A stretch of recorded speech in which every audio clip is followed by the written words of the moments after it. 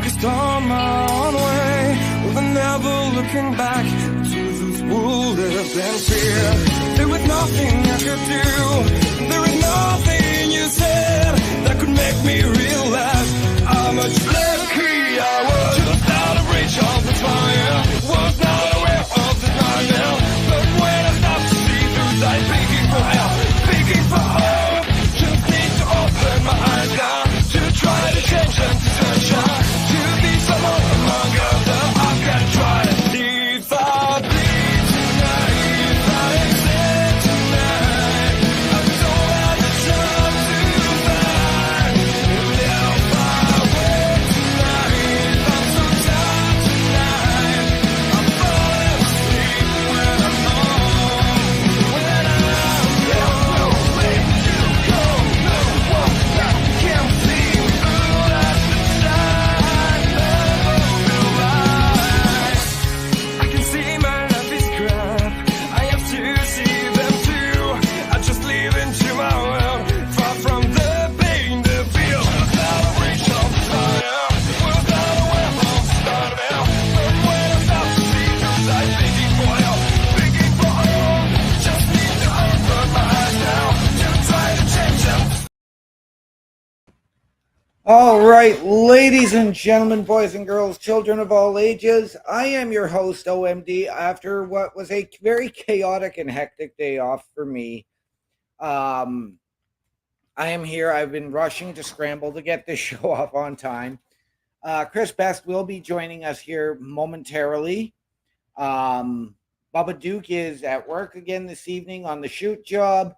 The Bulkster is enjoying his chicken parm and time with his lovely, beautiful wife. So all the best to him. However, the Bulkster did, as always, provide us the stuff to review and to preview for tonight. So as I've said, Chris Best should be here any moment. So I will get right into this here, and we're going to start off with a Raw review. And we had Xavier Woods defeating Rey Mysterio last week in what was a hell of a match and sort of one of those underrated classics. Both guys gave it their all.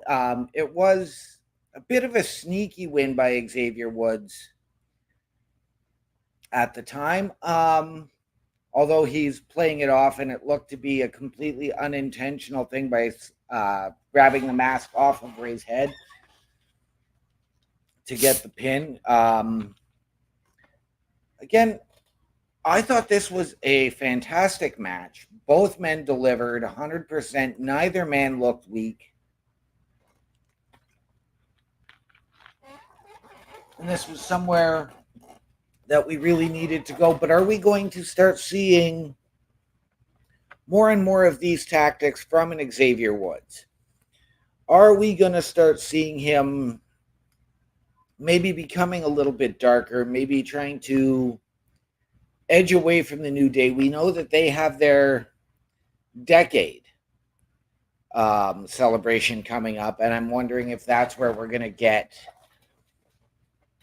a full-on heel turn from one of Xavier or Kofi, or if that's where we see Big E return and really try to mend the fences and fix things.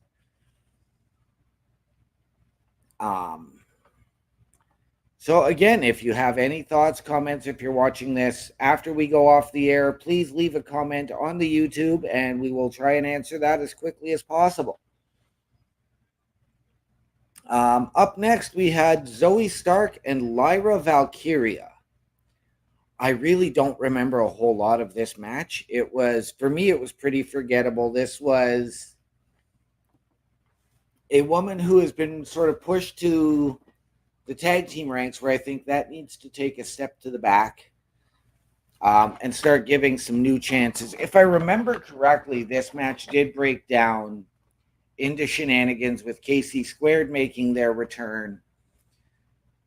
But for me, this match was pretty forgettable. I was enjoying seeing Lyra's rise, but not with the rocket ship strapped to her. And now she's sort of been alienated and pushed to the wayside with these minor feuds when she could very easily have been pushing and be next in line come Crown Jewel, come Survivor Series, come the Royal Rumble or Saturday night's main event in December. So I really don't know where to go with this one. And I really hope that this is not another 6-woman tag tonight, although I am fully expecting it to be, but we'll cover that a little bit later on in the show. Again, I'm never been a big fan of Zoe Stark, but she has grown on me. But the whole Pure Fusion Collective has really fallen flat. And we need them all to become the ass kickers that we know they can be individually and as a tag team. And in all honesty, if I was going to do something like that, I would maybe put Shayna and Sonya as the tag team and let Zoe sort of explore some options, try and get herself worked back up. And Sonya, we haven't seen enough of her in the ring to really get a fair determination on where she's going to fit in the locker room or in any of the title pictures. So I'm a little disheartened by that match. It remains to be seen what's going to happen tonight. Speaking of tonight, let's actually touch on that because this is for the first time now in 12 plus years. Raw is back to a 2-hour format, not a 3-hour. So it's going to be very intriguing to see what they do, what they get into and out of the show. And we're just going to have to take it from there and see. Next up, we had the Judgment Day in a six-man tag with Dom, Carlito, and JD McDonough taking on the LWO, Dragon Lee, Joaquin Wilde, and Cruz del Toro. Again, I don't remember a lot of this match, but I believe both sides did look rather strong in this. The Judgment Day came out with the win, as it should be. They need to reestablish their dominance and their credibility as the top heel faction on Raw and on the show. And ladies and gentlemen, Chris Best is joining us. How are we doing, brother? Busy day in the household for me. For anybody that doesn't know, I know OMD knows, I got a new member of the family, so I'm trying to get him acclimated to everything. A new cat in my house, so been a busy day. Yep. You know what? I wound up in the same type of situation today. I wound up cat sitting, though reluctantly.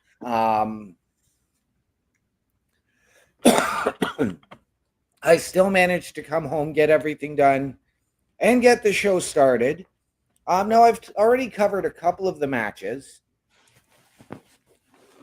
So we'll go back, and I'm going to get your thoughts on these. And we covered Rey Mysterio and Xavier Woods. Fantastic match, but that finish was weird. Okay. I guess tonight in the Intercontinental title match, we'll just see how that pans out, right? For Xavier Woods. Because he gave this thing like this look like after he took Ray's mask off, he's like, I didn't mean to do it. I swear I didn't mean to do it. And then later on, we saw him arguing with Kofi, and those arguments were shown over social media, but I can't remember what was said in that argument. But that was arguing over Kofi's match later on in the night. Right. Yes, and it was Kofi that was offered the Intercontinental title match, and he said, no, give it to X. We touched on that. And it was that bit of a sneaky, deceptive finish with sliding the mask off of Rey. Although Xavier did seem genuinely upset by the fact that it happened. Right. But I mean, we have seen that play out time and again. I mean, this isn't 97 WCW where Rey Mysterio pins a guy in a hair versus mask match and then removes the mask regardless. Yeah. And then we touched on. Sorry, go ahead. I was gonna say, what else did you cover in my absence? As well, I've covered Zoe Stark and Lyra Valkyria. I couldn't remember if that match broke down to shenanigans. I do remember at the end KC Squared coming out, but I don't know if that was during or after the match. Yeah, it was after the fact because I do believe Zoe pulled off the win in that one. I can't recall. Me neither. Goes to show how important the match was. As much as I do like Zoe and I do like Lyra, I kind of need Lyra to move on to something a little bit bigger. Yeah, and I know that we're gonna see like a 6-woman feud, pretty much coming out of this, with KC Squared and Lyra taking on the Pure Fusion Collective, which I still don't like that name. Right, and it's not like we haven't seen that match before. No, I'm ready. So yeah, I'm ready for all parties. Like, I'm ready for Pure Fusion Collective to assert their dominance a little bit more and go after something bigger, be it the women's tag titles or even the women's championship. And I know that we've seen them battle for the women's tag titles before, so maybe one of them moves on and gets a shot at Liv at some point. Right. See, and I've said this because I think they need to go to the back of the line as far as the women's tag title hunt goes. Right. Because they have been in and around it for the last 4 months with no success. Right. I did, however, suggest that maybe you put Sonya and Shayna together as the team and let Zoe pursue something else. Yeah, because right now, the way it's looking with everything, especially the fact that Zoe's been wrestling more singles matches, she's really coming out as more of the star out of that trio than anyone else. See, and I'm not even seeing that. Now, I'm not a huge Zoe Stark fan. She had started to grow on me, but now it's been the same old humdrum, just there and basically collecting a paycheck that serves an enhancement for Shayna and Sonya. Yeah, yet she's the one getting the pins and they're not.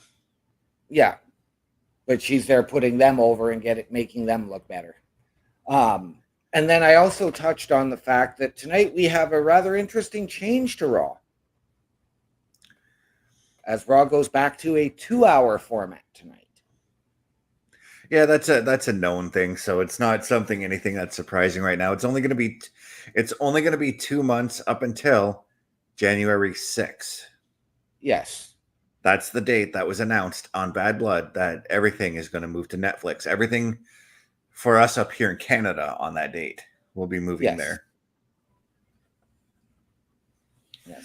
And so I was just getting to the 6-man tag, LWO, and the Judgment Day last week. I got to say, I'm glad Ray was not in this match. Right? I'm glad that we got the other members of the LWO to shine. Yes. I'm glad that we got Dragon Lee, Joaquin Phoenix, and Cruz del Toro. Thank you, Cruz del Toro, to shine in that match. And I'm glad that we got all 3 male members of the Judgment Day finally showcasing. Wait, who was in that one? It was JD. Was Dom, Carlito, and JD. Yeah, so the 3 members of the Judgment Day that, I guess if you look at it on a scale, are kind of lesser than Finn, but not really Dom. Right. This was actually a great way for all of them to shine. I loved the interactions with Dragon Lee and Carlito in the match specifically. Actually, I like the interactions with Carlito and like everybody. Carlito was just, I don't know what it was in this match, but he was on fire in this match. He was. He absolutely was. Now, Judgment Day did pull out the win due to interference from Finn at the end. Yeah. So Finn, who is making his return to Raw after a week away. Yeah.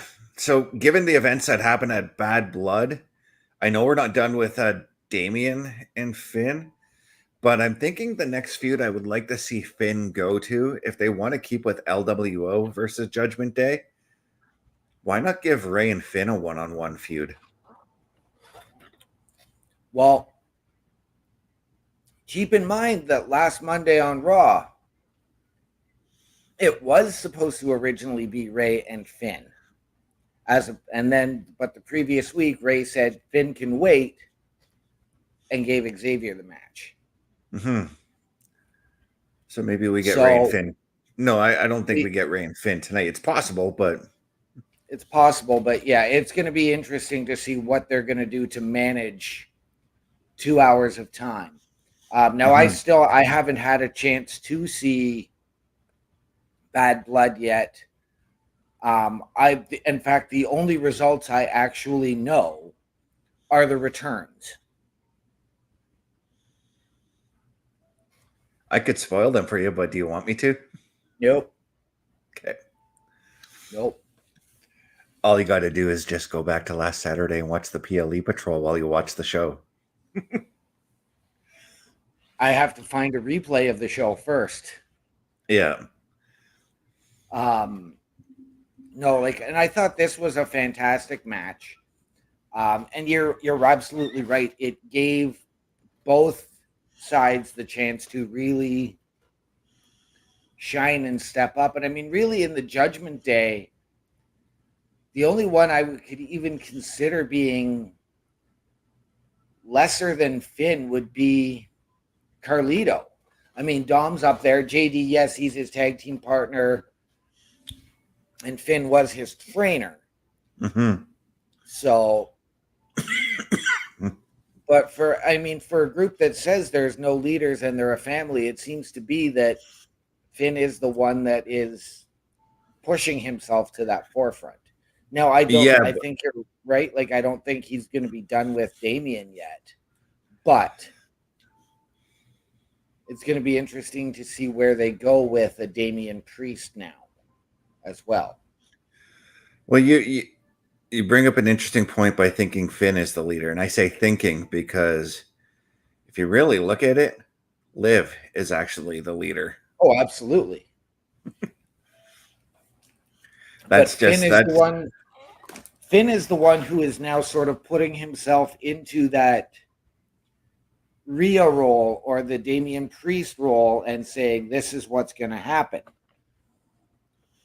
But you're absolutely right in really it's the Liv and Dom show. Mm-hmm. But yeah, no, this 6-man tag, I was thoroughly impressed with it.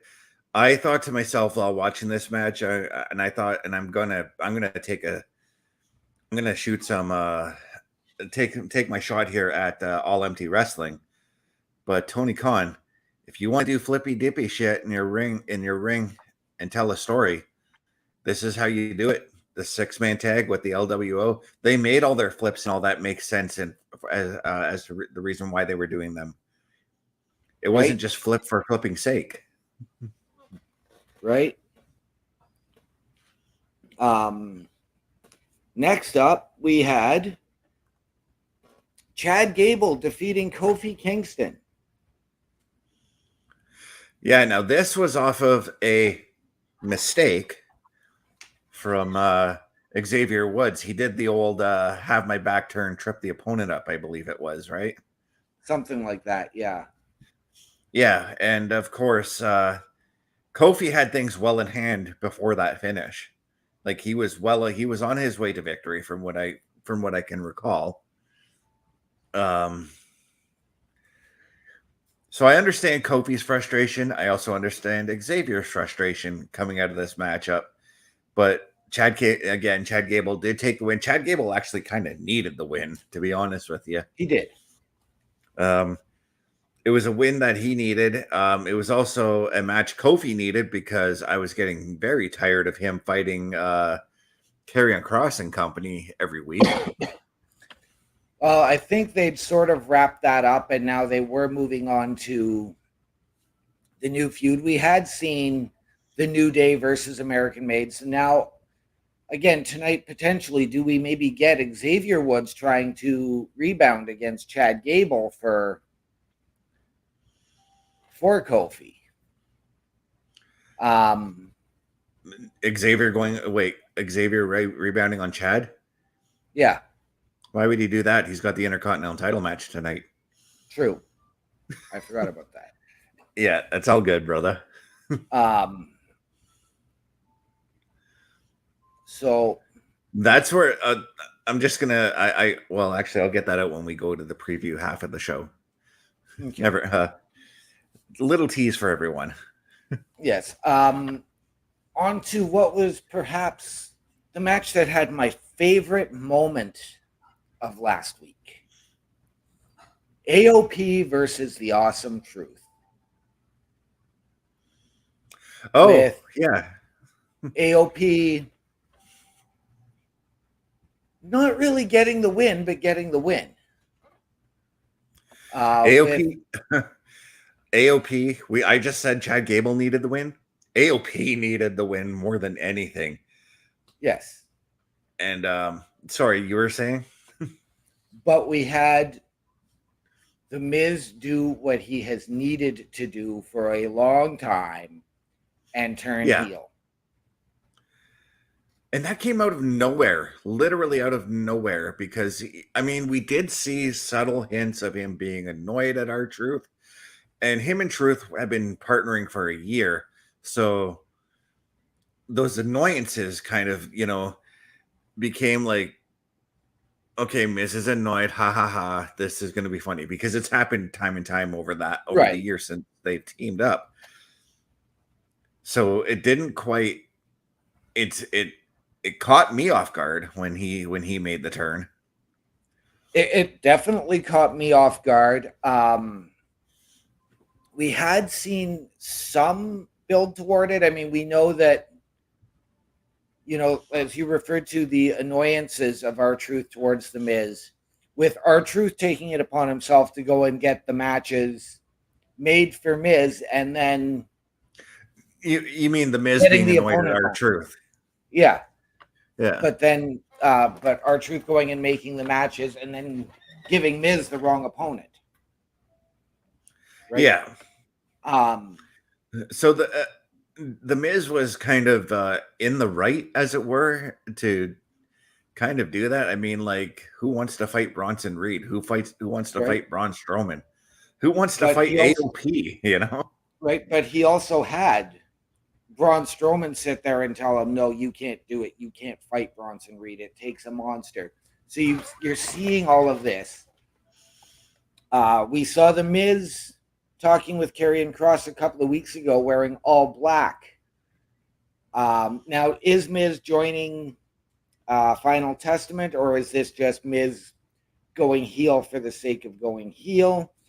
Or are we going to get this?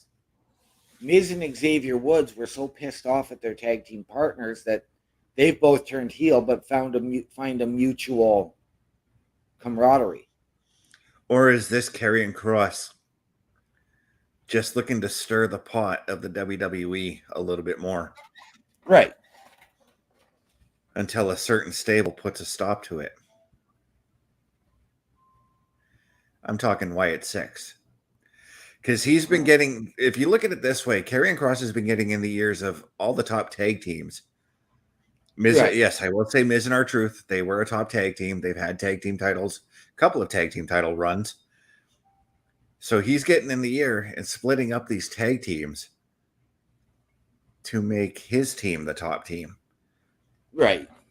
But then you've got Judgment Day, Wyatt 6, maybe wanting to knock on his door a little bit somewhere down the line. Right.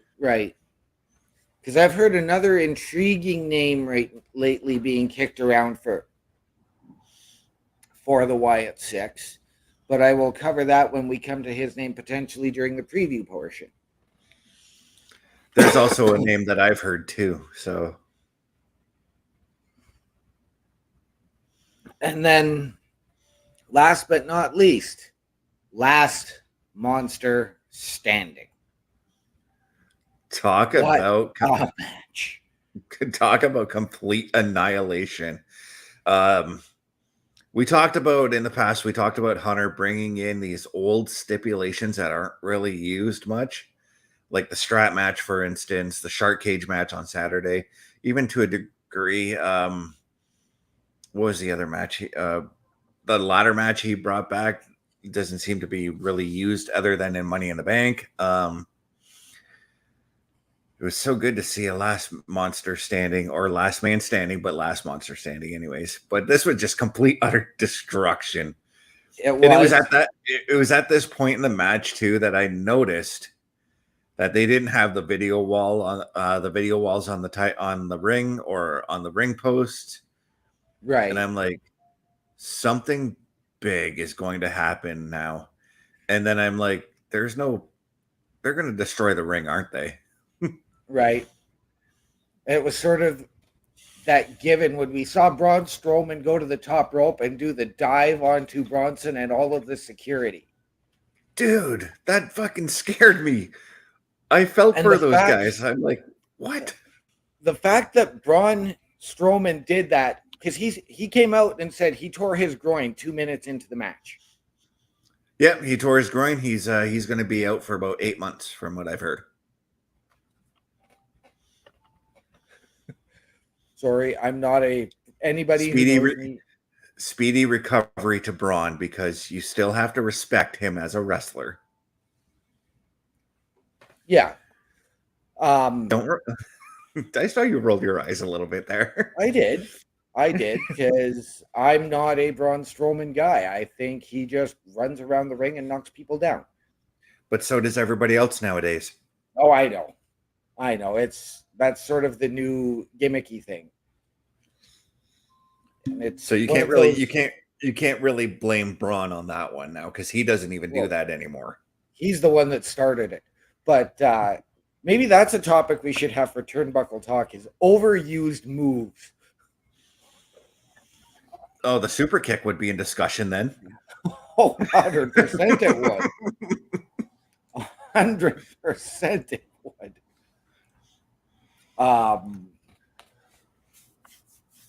But yeah, like, what a match. And the carnage. And the return of Seth freaking Rollins at the end. Yep. You know what? I didn't even have Seth Rollins returning on my bingo card. Part of my language. No. Am I allowed to swear on the show, by the way? You're allowed to swear on this show. Okay. So yeah, I literally, because I see Braun already standing up. I see Bronson about to stand up.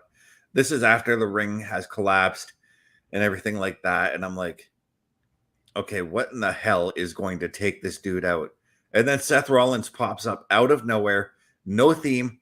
Thank God, because I hate when people interfere with theme music. Right. And hits the curb stomp. What irritated me about that is because you see these guys, when that happens, the very rare time that they come out without theme music, you'll get a Michael Cole, a Corey Graves. Wait, who is that? Who is it? And Joe Tessitore. And there's Seth Rollins. So instead of that surprise, it was just, boom, there it is. And I know Tessitore's learning. Yeah, I was going to say, I'm going to give him the benefit of the doubt on that one. It might have been just a slight slip up. I can't remember how fast Seth was at revealing himself, but I'm going to give him the benefit of the doubt. It was literally a camera shot camera shot to the side of the face as he went sliding in the ring, and it was like, there's Seth Rollins. So because I can't hear Tessitore's commentary when we do the show, so it should have been more like a wait, who's this, you know? Yeah, before like maybe Rollins flicks his hair up and reveals his face or something like that. Yeah, it wouldn't be anything like how Jimmy Uso did it at Bad Blood. No. So, I mean, again, fantastic match. Lots of carnage. I love those types of matches when we get them. But on to the preview. We are getting Sheamus and Pete Dunne in a good old-fashioned Donnybrook. Just expect a good European knockdown drag-out brawl between these two men. I mean, like, I'm tired. I'm sort of getting tired of these two fighting each other. But here's the thing: when the bell rings, I'm like, yes, give me these two fighting all day, every day. Right? And I said fighting, not wrestling. Yes. This is a Donnybrook. This is, again, a no holds barred, anything goes. Are we going to see any shenanigans from somebody on the outside of this? Because I'm with you. I think this needs to come to an end. This needs to be the blow off from it. And I need Pete Dunne to take the win on this one, because I don't think a loss would hurt Sheamus. And I don't think any loss right now would ever hurt Sheamus, because let's face it, he's a bona fide Hall of Famer at this point. Right. He could go into any feud at this point, and I'm still going to be excited for it. I need Pete Dunne to take this win so that he can move on and maybe become Jay's first real contender for the Intercontinental title. Okay. See, and I'm going to go the other way, because I don't think a loss is going to hurt either of them. But Sheamus has been more of an enhancement talent since he's returned. He's only had a couple of victories, and much more significant in the terms of losses. And again, Sheamus, we want to get him into that Intercontinental title picture. I would almost be okay with Pete Dunne, since he's been doing both shows and he's had that war with Trick. Let him go and challenge Trick for the NXT title. I'd be okay with that, but I think, well, since we're moving away from Punk and Drew, I mean, Drew will need something to do, because I get a feeling Punk's going to take a little bit of time off before his next return. Right. Actually, I think Drew's going to take time off too. Not going to lie. I wouldn't be surprised. I've heard about that match, but I haven't seen it. I haven't even seen the results. If you go on Drew McIntyre's Twitter, you'll see the results. You'll see the results and some pictures he took of what happened to him. I heard something about it from Cryback today. So, and him saying that WWE went too far with that match. Let's just put it this way. I found out this morning the producer of that match was Abyss. Yeah.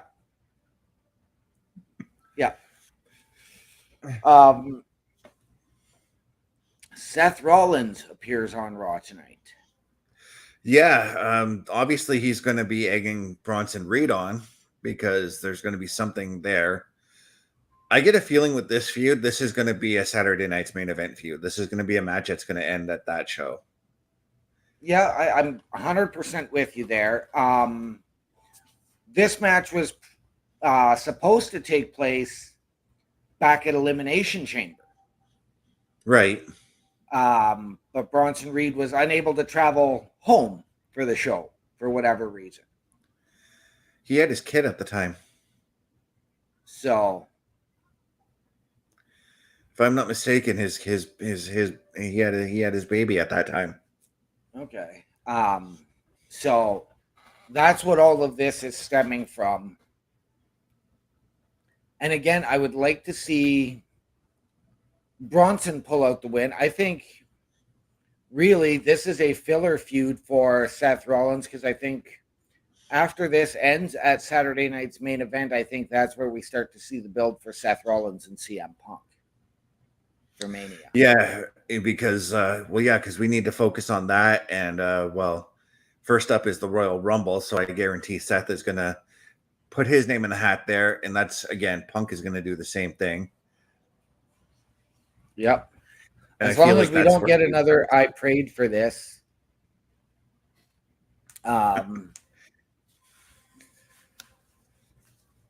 So And I mean, I know we still have to figure out what we're going to do for Gunther now. Although with all of the legends that showed up at Bad Blood, and yes, I heard about that. Well, I've even yeah, seen there a was a clip. ton of them. There's been a few Legends deals that were signed because of that. But I already know what's next for Gunther after Sammy. And I hope it's not what I'm thinking it is or what I've been hearing. I really hope not. Well, if you would have watched Bad Blood, they already gave away who Gunther's taking on next.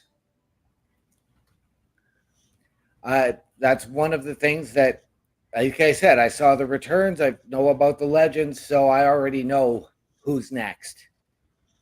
Yeah, it's going to be Gunther and Cody at Crown Jewel.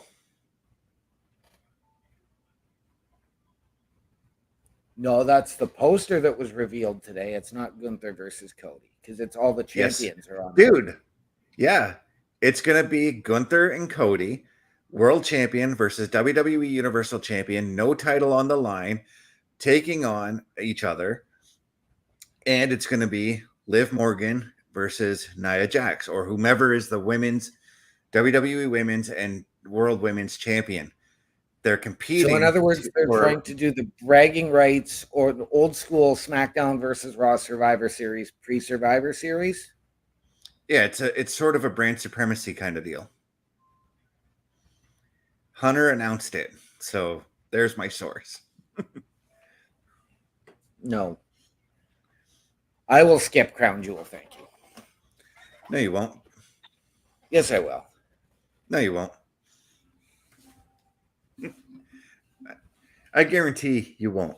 Because I'm not. Because I'm looking forward to Gunther and Cody, and I think it's going to be a fantastic match. It'll be in the middle of the afternoon, so I won't be able to watch it anyways. That's fine by you, but you'll still watch it. No, I won't. Yeah, you will. No, I won't.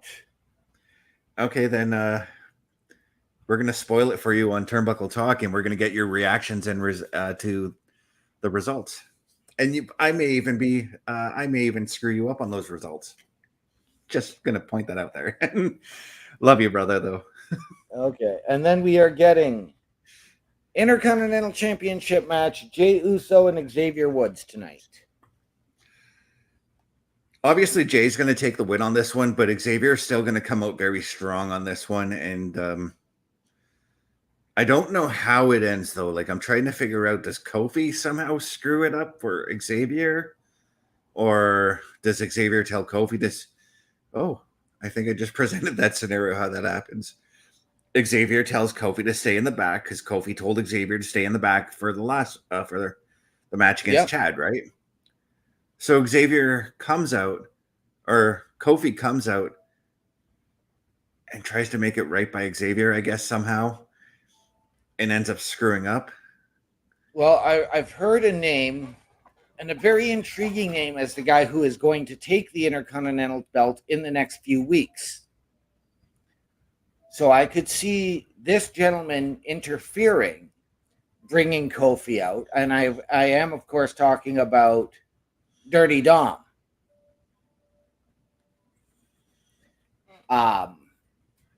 So I can see Kofi coming out to quell that and accidentally costing. Yeah, that's also going to depend on how Dom feels after the Shark Cage match.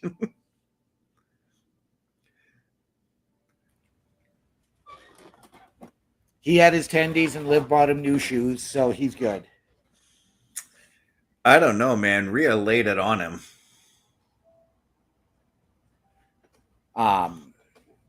Just when you watch the pay-per-view, you'll see what I mean. Like I said, I've got to find a replay of it first because I went to go and watch it at midnight Saturday night, and the network was showing something else. Yeah, they don't do that anymore. You have to wait till 6 a.m. now on the network. Really? Yeah, they haven't done that for years.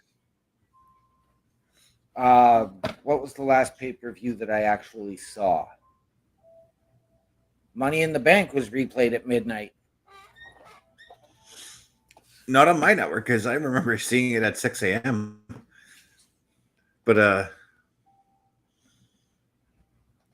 yeah, no, this Intercontinental title match, I do expect it to be fine, a decent match.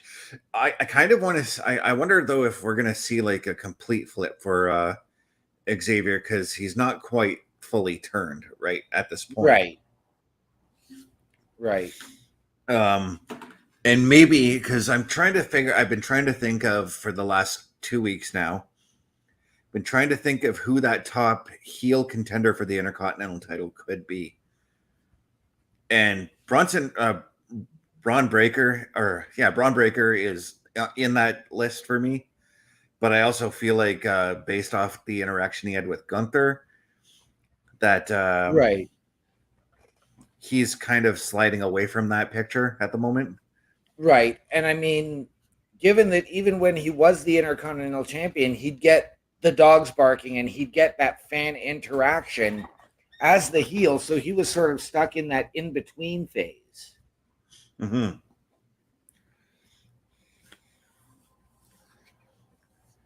But all in all, I'm looking forward to this. I'm looking forward to both title matches, and I believe, is that the next match we got to move on to? That is the next match we cover is Gunther versus Sami Zayn.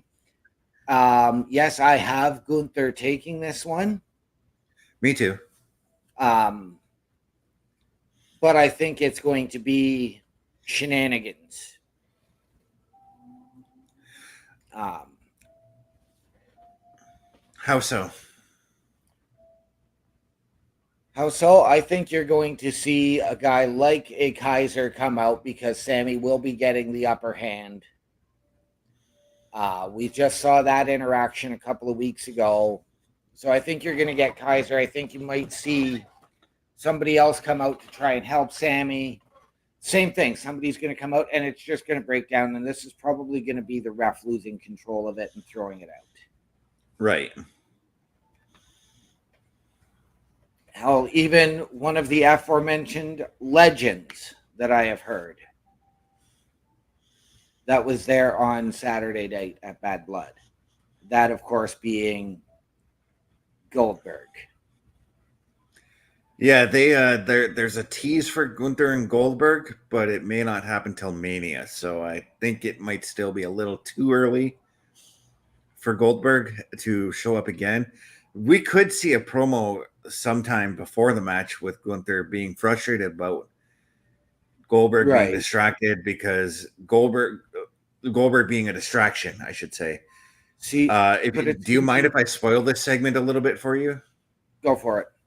Because it's going to lead into the championship match anyway. So what happened was, obviously Goldberg was seated at ringside. Gunther comes out to cut a promo after Triple H revealed that it's going to be Gunther and Cody at Crown Jewel.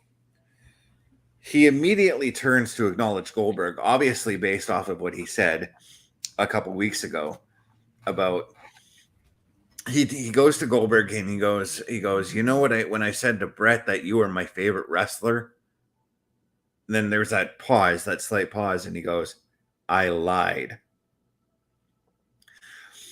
So this gets he then says something else, and I can't remember what exactly he said, but he said something to irk Goldberg.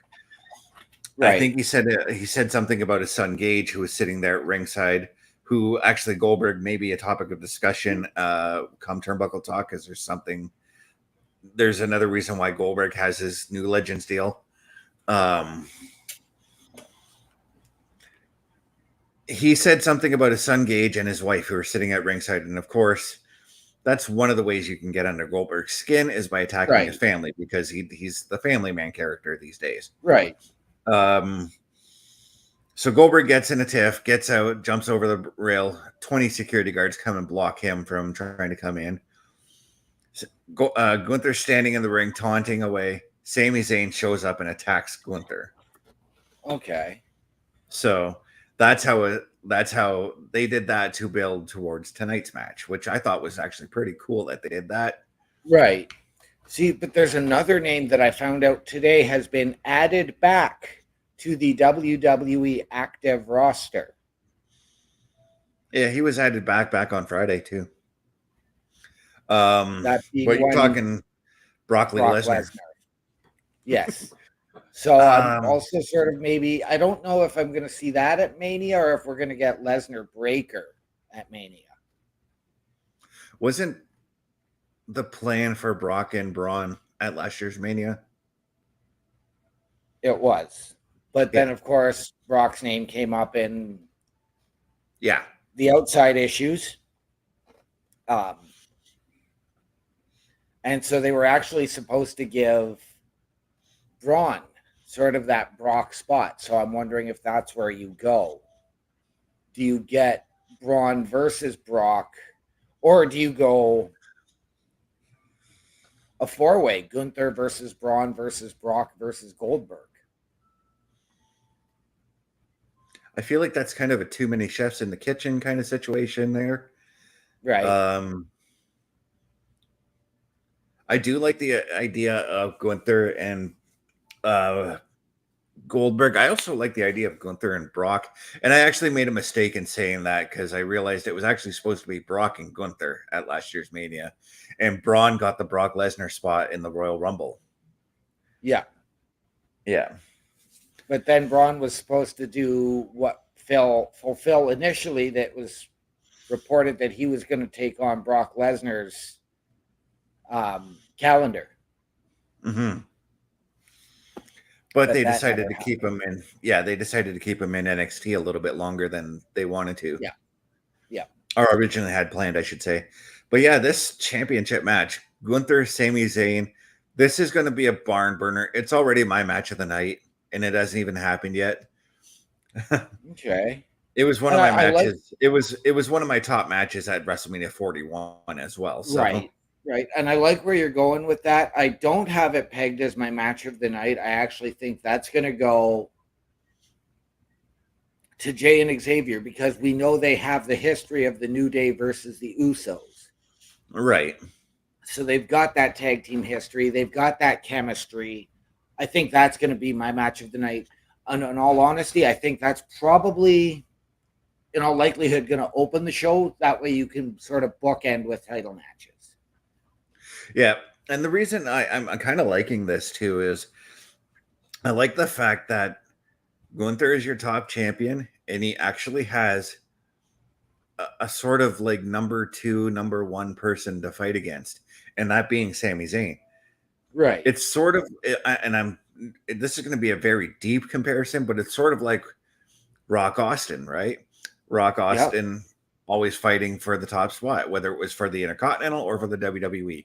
Now we're getting that out of Sami and Gunther, and I'm happy to see that. And I kind of want more interaction out of that. Like, I want to see Sami win a championship while Gunther doesn't have a championship, and then Gunther challenges him, Right. somewhere down the line. Right. I think we'll see that when we see a Sami heel turn again, and sort of the Gunther slides into the babyface role. Mm-hmm. I kind of want, like, these two have kind of like a parallel career right now, as it were. Yeah. They're always going to be a thorn in each other's side. That's what I think it's going to be between these two from here on out. Right. Now, Yeah, I don't sort want of to that see them long get. running. Yeah, Yeah, I don't. once a year type of match. Yeah, I don't need them to get. I don't need to get like 20, 50 matches out of them like John Cena and Randy Orton did. But Right. and I know I'm exaggerating when I say 50 matches, because it was like really like 17 or 18. Right, but still, I mean, let's not forget house shows. Yeah. Well, then we're looking in the hundreds at that case. And I was at one of them, except they weren't fighting each other. They were tag teaming with each other. Oh, Jesus. But with that being said, we do have to get ready to head over to the Raw Patrol. So, Mr. Best, where am I?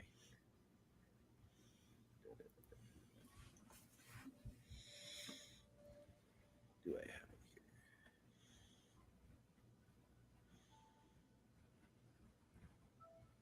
I do. Why don't you hit him with your socials, buddy? All right, you can find me at Linktree. That is linktr.ee/Chris_best83. And ladies and gentlemen, you can find me at my Linktree, linktr.ee/OMD show. With that being said, ladies and gentlemen, stay right here at Turnbuckle Studios for the Raw Patrol with Chris Best, with myself, the run-in from Chris Parrish, and I'm not sure, is Carl joining us this evening? I can't remember. Okay. Well, we'll find out in a few minutes. So, ladies and gentlemen, with that being said, from all of us here at the Boar's Nest, Turnbuckle Studios, and the Locker Room Breakdown, in the immortal words of Carl Carafel, the world is a scary place. Take care of each other. So good night. Good luck. We out.